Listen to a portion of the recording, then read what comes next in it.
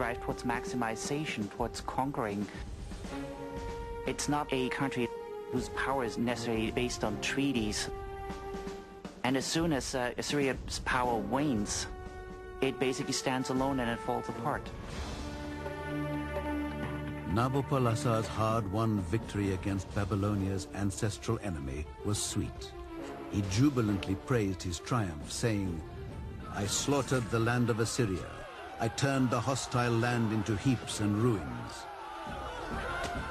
The Assyrian, which since distant days had ruled over all the peoples, and with his heavy yoke had brought injury to the people of the land, his feet from Akkad I turned back, and his yoke I threw off."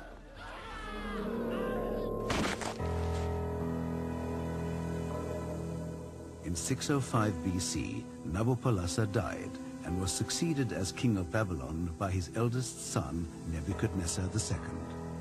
He had served as commander of his father's army and soon proved to be the equal of all the great Mesopotamian military leaders who'd gone before.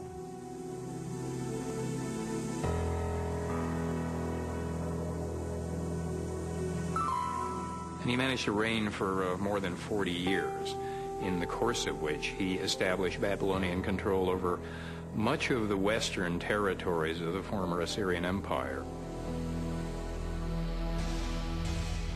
One of the territories ruled by Nebuchadnezzar was the Palestinian kingdom of Judah. In 600 BC, its king, Jehoiakim, made the unfortunate decision to withhold the annual tribute due to Babylon. Nebuchadnezzar marched west in December 598 and attacked Jerusalem, Judah's capital city and the spiritual center of the Jewish people. In a battle over 3 months, the Babylonian army proved victorious and took Jerusalem. Nebuchadnezzar ordered what is known in Jewish history as the exile, the deportation to Babylon of thousands of Jews, including the king and his immediate family. One of the ways of stabilizing a conquered territory was to take a political elite and a social elite that had not proved reliable or cooperative and replace them with a new population of people who had no ties to the place. Nebuchadnezzar had acquired an empire comparable to that of Assyria. Like the Assyrian kings before him, he devoted a great deal of the empire's resources to enlarging his capital city. Babylon rapidly rose to be the greatest and most splendid metropolis in the ancient world. Those are really efforts that could go into the Guinness Book of Records. The excavator of Babylon estimates that Nebuchadnezzar actually used about 15 million baked bricks in his refurbishment projects of his city. It appears that Nebuchadnezzar was a perfectionist.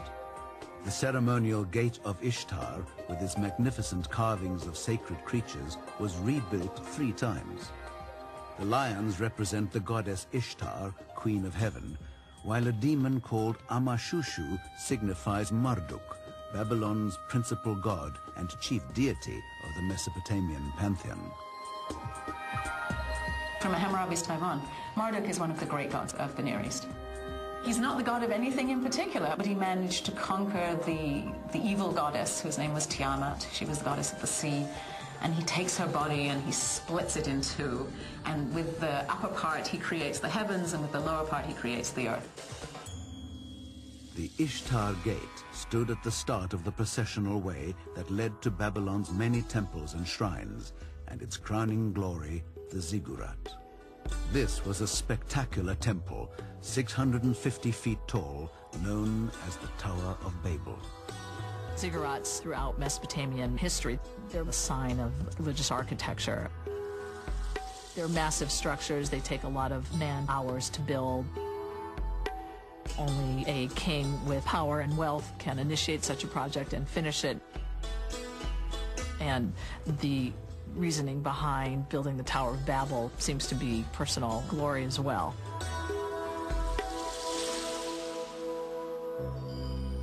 Within Nebuchadnezzar's magnificent palace were the famous Hanging Gardens.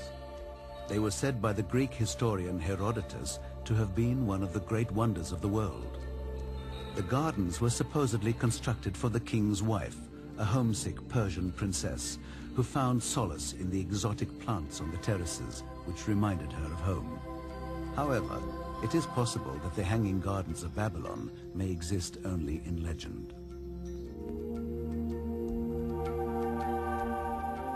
Unfortunately, in Mesopotamian sources, we have really no indication of any such thing. On the other hand, it is true that one of the things that a good Mesopotamian king did was cultivate royal gardens in which you could display plants and animals from the empire.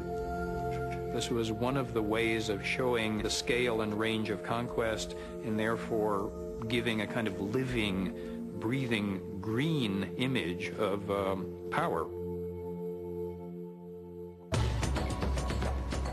Nebuchadnezzar died at the age of 84 in 562 BC. During his reign, Babylon's literature, arts, and sciences flourished. Generous state patronage, a strong economy, and the wealth of conquest gave rise to a golden age in Babylon. But beneath the glittering surface of society, all was not well. Disquiet and disloyalty crept in, and Babylon's next king would declare allegiance to Babylon's ancestral enemy. In June 556 BC, a commoner called Nabonidus became king of Babylon in the aftermath of a violent coup d'etat. He made himself immediately unpopular with the priests and the people at large.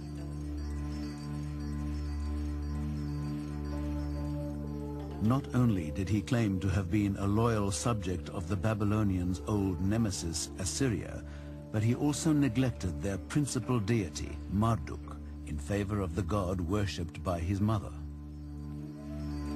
Nabonidus is very much close to his mother, who seems to be a priestess dedicated to the god Sin, the moon god. In 549 BC, Nabonidus, who was a genuinely devout man, did the politically unthinkable. He left his young son Belshazzar in charge of Babylon, and for a decade abandoned the country to go and build and restore temples devoted to Sen, the moon god, in Tamar, in southern Arabia, and Haran, in northern Mesopotamia. The people in Babylon are quite unhappy with Nabonidus because they feel like he has forsaken them. Belshazzar failed to take seriously the looming threat of Persian imperialism. The Persians and their cultural near neighbors, the Medes, inhabited the eastern highlands beyond the Zagros Mountains and the lands along the Persian Gulf. The Achaemenid dynasty of southwest Persia was rapidly becoming the dominant force in the Near East. These warlike people owed their success to rigorous military training for everyone. Persian boys had to learn how to ride horses well as the art of archery. And so in these two military tactics, the Persians were quite good. In 559 BC, a new king ascended the Achaemenid throne. He was Cyrus the Great. A mercurial military strategist, his reputation in history also derives from his supreme negotiating skills and for his clemency and tolerance. In 10 years, he became famous not only for his military prowess, but also for a completely bloodless victory against the Medes.